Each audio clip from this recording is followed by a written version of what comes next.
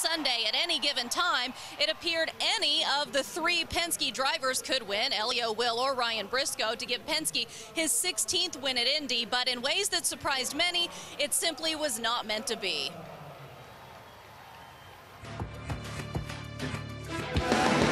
A major problem. Part of the fuel hose is still attached to Will Power's car. A major issue for Team Penske. Helio Castroneves has been getting better and better as the race progresses. Fuel is out. Oh, Helio stalls it. Helio stalled it in pit lane. These are the kind of mistakes that you just can't afford. A costly mistake for Roger Penske's team. We got a problem on the front straight. Car in the wall. It is Ryan Briscoe. He had just completed his pit stop, and Briscoe has big problems with the right side of the car. It has been an unpredictable day for sure.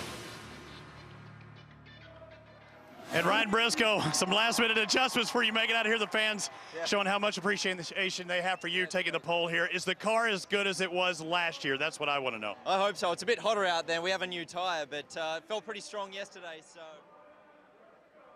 for all of us. Yesterday's when you learned everything about the car. What did it feel like?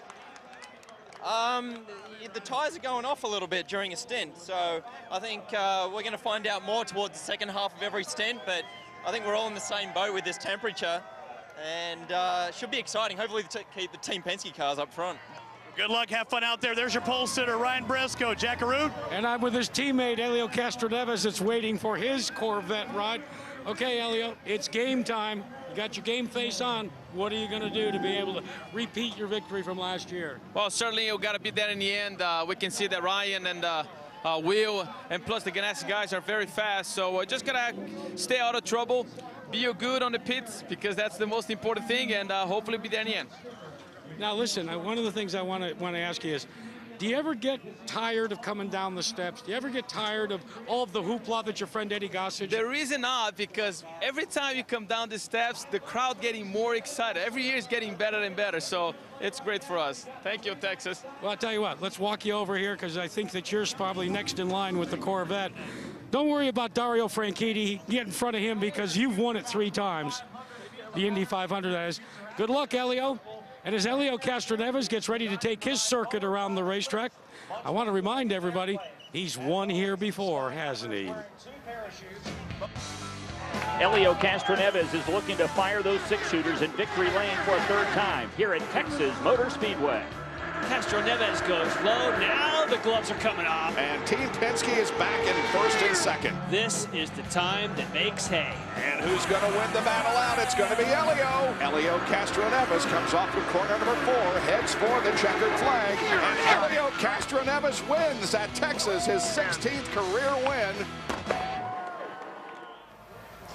Thanks so much for that, Robbie and Jack. And I'll tell you what, the crowd just loves this when the drivers in their introductions walk down right next to them. They just love that access. And it is windy here. It is hot here. It could not be a better night at Texas Motor Speedway. We promise you it's going to be a good race, so stick with us.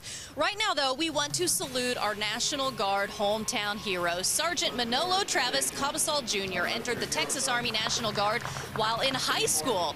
He was deployed to Afghanistan in support of Operation Enduring Freedom. As an assistant team leader, his unit successfully completed missions that included capturing those improvised explosive device materials. Today, he is currently assigned to the Education and Incentives branch of the Texas Recruiting and Retention Command as a guidance counselor. And that is today's National Guard hometown hero. And when IndyCar Central returns on Versus, Professor B introduces you to one of the behind-the-scenes heroes of the Indy 500 winning team.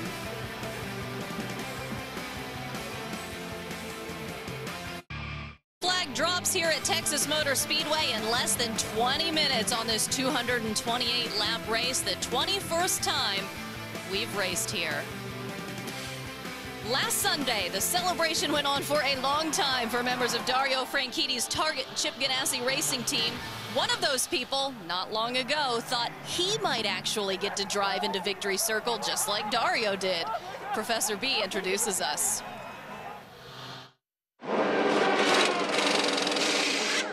Last weekend's Indy 500 may have been Dario Franchitti's 2nd, but it was the first for his race engineer, Chris Simmons. Now, if that name sounds familiar, yes, it's the very same Chris Simmons that raced at the top of Indy Lights in the late 90s, now turned race engineer. I know when you started racing quarter midgets at 7, you probably dreamed of winning Indy as a driver. How does it shake up as an engineer?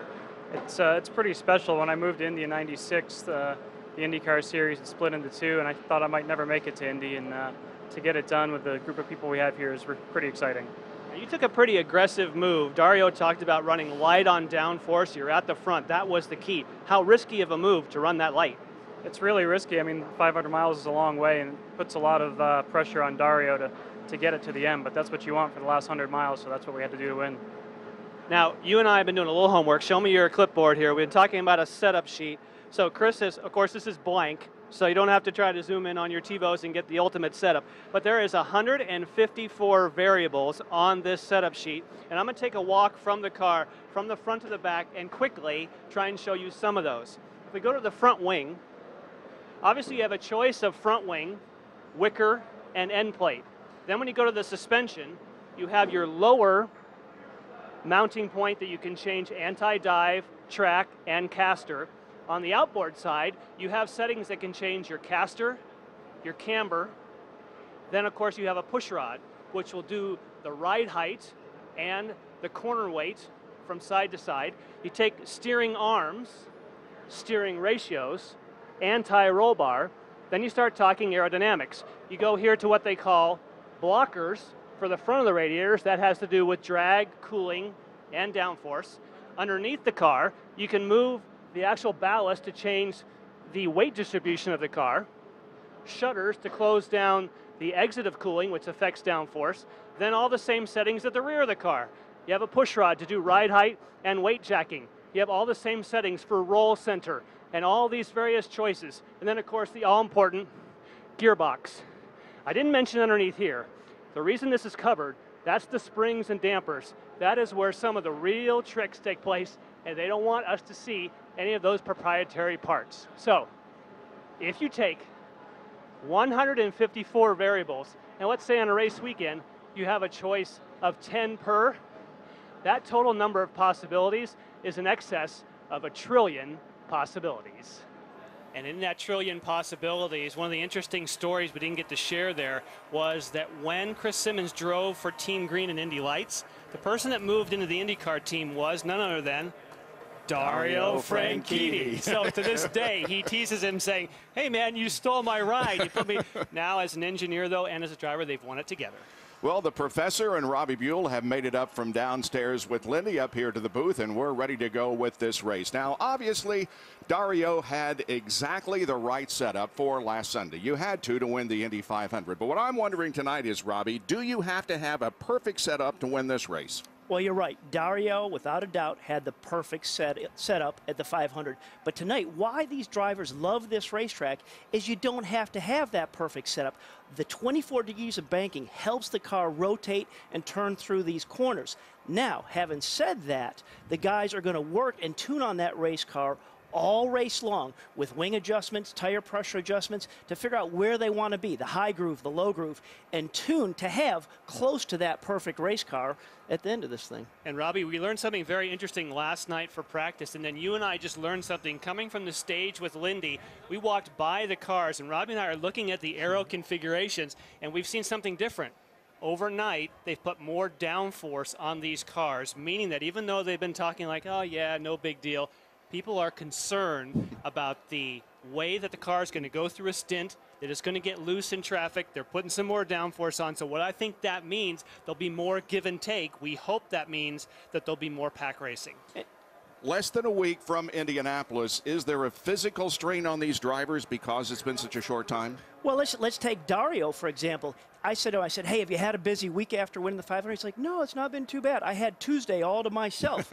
But he said, I knew that I had to get ready for Texas, and he had to drag his butt off the couch on Tuesday and get into the gym because he had to be focused on how physically and mental tough this is, racing side by side at the speeds they do here. And I think it's fair to say, we can say this is not probably the toughest place that you're going to race as far as mental running at these kind of speeds at banking. And it's the first time ever that this race has been the week immediately following the Indy 500. So from a team standpoint, they're worn out. They had to get these teams together. But now the drivers are like, wow, just come off the Indy 500 where you're threading the needle. Now you're wide open and really standing on it.